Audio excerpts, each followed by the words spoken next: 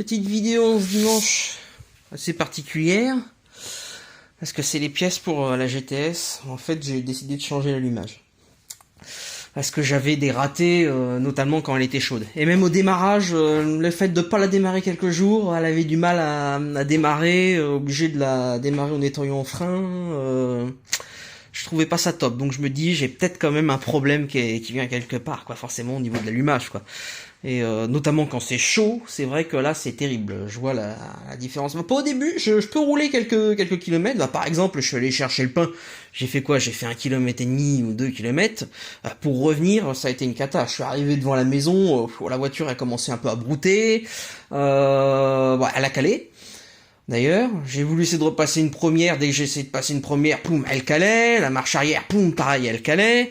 Donc bon, à un moment donné c'était plus possible, quoi. Il y a que quand je montais dans les tours, quand j'accélérais à fond la voiture et tout, où là elle commençait à avoir vraiment une réactivité, où là je pouvais repasser une première ou une marche arrière, quoi.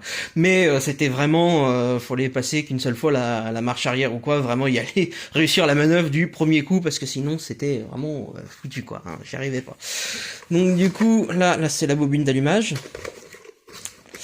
Alors, je suis novice, hein. Franchement, là, c'est vraiment la première fois où je vais faire quelque chose d'abouti sur une voiture, hein, parce que forcément, j'avais des voitures qui étaient beaucoup plus récentes où on pouvait rien faire soi-même. Hein. C'est vraiment l'inconvénient des des voitures de maintenant, quoi. Donc voilà, donc la bobine. Alors moi, je cherchais une bobine cylindrique, plus cylindrique que ça.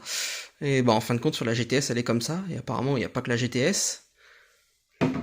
Donc voilà, donc une Valeo, hein, plus. Alors les bougies. Voilà. Et les câbles d'allumage. Alors j'ai pas pris Valeo, parce que Valeo c'était possible de l'avoir, hein, mais en termes de prise et en termes de longueur de câble, c'était pas tout à fait la même chose. J'ai remarqué que c'était complètement différent et que ça vraiment, cette marque-là, elle était vraiment plus fidèle à l'origine à ce que j'ai vraiment dans le moteur. Donc je me suis dit, je vais pas chercher 36 références. Hein. J'ai pris vraiment celle qui s'approchait de ce que j'avais. Donc du coup c'est pour ça que j'ai pris cette marque là, puis autant qu'à faire, autant prendre les bougies qui sont de la même marque, comme ça au moins je suis sûr que ça s'emboîte bien et tout, voilà. J'ai vraiment préféré faire ça, vraiment aller au plus simple, quelqu'un de novice comme moi qui va savoir bricoler sur la voiture, enfin qui va apprendre du coup hein, à bricoler là-dessus, hein.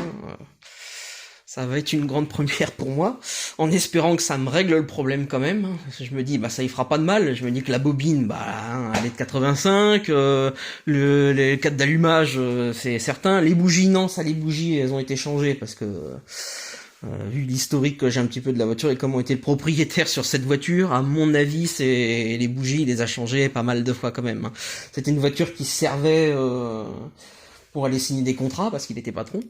Et il partait en vacances avec la voiture, il fallait qu'elle soit impeccable, quoi. Hein. Et de toute façon, quand on voit l'intérieur et même l'extérieur, l'extérieur malheureusement, il l'a rayé un peu par endroits. Hein, ça se voit peut-être pas sur les vidéos que j'ai fait encore pour l'instant, mais elle rentrait tout le temps dans le sous-sol. Hein, elle a quasiment jamais dormi dehors cette voiture. Voilà, les derniers temps, il devait l'accrocher un petit peu.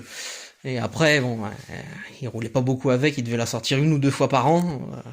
Ce qui a permis aussi que la voiture, elle est pas restée trop immobilisée longtemps. C'est ce que je me dis aussi. Donc mine de rien, la mécanique, elle est quand même saine, mais il y a quand même quelques petits loupés. Et je me dis que voilà, au prix des pièces là, j'en ai pour 50 euros. Je veux dire, voilà, sur une voiture récente, il y en a pas pour 50 euros de ces pièces-là, t'en as pour beaucoup plus que ça. Et encore, si tu vas chez le garage, t'as la main d'œuvre, que là, la main d'œuvre, je vais pas l'avoir. Si j'arrive à les changer correctement, si ça règle le problème, franchement, ça va être génial, quoi.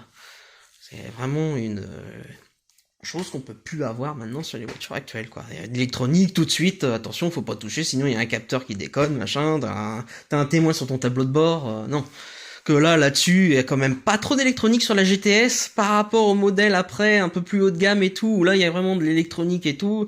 Enfin, je veux dire, sur la V6 que j'ai, on peut brancher une valise XR2 que sur la GTS, il y a même pas la prise. Ça, j'étais surpris, je me suis dit, bon, je m'attendais quand même à ce qu'il y ait un petit peu d'électronique là-dessus, mais en réalité, pas tant que ça. Pas tant que ça. Et alors ça, j'en suis content. J'ai trouvé sur eBay, l'auto hebdo de l'époque. 24 novembre 83, la voiture était même pas encore sortie. C'est vrai que c'était génial, et puis il est vraiment dans un super bêta, enfin bon, je veux dire, il y a des trucs qu'on peut trouver, c'est... Alors c'était complet hein, quand même, hein. C'était de la bonne petite lecture, et même des jeux, des... Ah, voilà quoi, là. Renault USA. Ah. Ça maintenant c'est le truc, ça n'existe plus ça. Ah voilà. Une ambition légitime, allez, pensez, ouais. Ah oui, ça c'est bien vrai ça. Ceux-là qui avaient une R30 ou une R20, malheureusement, c'est sûr que la 25, elle a mis un bon coup de vieux au modèle précédent. Hein. La concurrence, quand même, là, à la 25, ouais. CX de 0,28. Ouais, c'est vrai que c'était un argument, ça. C'est vrai que c'était... Ah, ça donne envie d'en avoir une. Hein. Non. Une troisième? Non, quand même pas. J'en ai déjà deux, c'est quand même déjà pas mal. Ah, je suis dans un univers que je connais, là. Vraiment, l'univers de la V6, là. Oh. C'est vrai qu'ils te vendaient ça.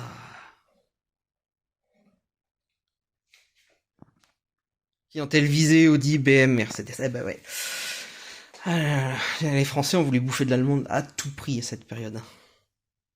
Les caractéristiques et tout. Ouais. Ah, je vois quoi là? La Fuego. Ah ouais.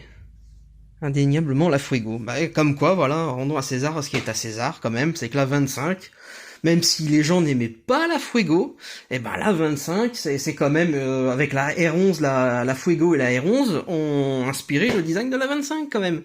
Faut pas l'oublier, hein. Voilà, il y a quand même quelques petites pièces que vous pouvez retrouver qui sont prises de la Fuego. La Renault 11, je sais pas, peut-être, j'ai pas trop la référence de la R11, plus de la Fuego. Mais pour être monté dans une Fuego, il y a vraiment pas si longtemps que ça. Hein. Coucou Thomas si tu regardes la vidéo. Hein. On va voir même Brice parce qu'à mon avis, c'est sûr qu'il va regarder. Je sais pas s'il y a quelque chose derrière. Ah bah si. Il y en a encore. Des ambitions légitimes. Oh, ouais. Prix maximum 110 000 francs. Je pensais que c'était beaucoup plus que ça. J'avais le souvenir que c'était beaucoup plus cher que ça. Enfin bien que quand même, mine de rien, c'est quand même déjà une somme. Hein. Ah ouais, non, là c'est du bichi. Ah, puis le fameux autocollant, je me dis, mais ouais, en fin de compte, c'était vraiment un des tout premiers autocollants qui sont collés dessus. Hein. Et il est vraiment indémodable cet autocollant-là. Non, franchement, ouais. Vraiment des tout premiers journal qui a dû paraître à l'époque, c'était celui-là pour présenter la 25 et c'était super réussi. Hein. Franchement, ouais, bah, de toute façon, il y a que ça, quoi. Il y a pas une autre voiture, c'était vraiment la 25, quoi. C'était vraiment un des tout premiers qui a dû sortir en disant, on vous présente la 25, vraiment, c'est celui-là. Enfin, bon, voilà, quoi. Je l'ai retrouvé sur eBay, en super bêta, je me dis que, voilà, il ira bien dans une des deux voitures, même si j'ai l'occasion de faire des rassemblements futurs et tout, de l'avoir et puis de présenter ça aux gens, ça peut être vraiment sympathique. Donc bon voilà quoi, une petite vidéo improvisée du dimanche quoi, hein. On n'est pas autour de la voiture, hein, parce que bon, il fait 30 degrés, puis en plus je l'avais bâché parce que il y avait de l'orage qui était prévu. Hein, je voulais éviter est-ce qu'elle s'abîme. C'est la GTS qui est dehors, hein. L'autre la V6 elle est au garage, elle est un petit peu plus à l'abri. Enfin bon voilà.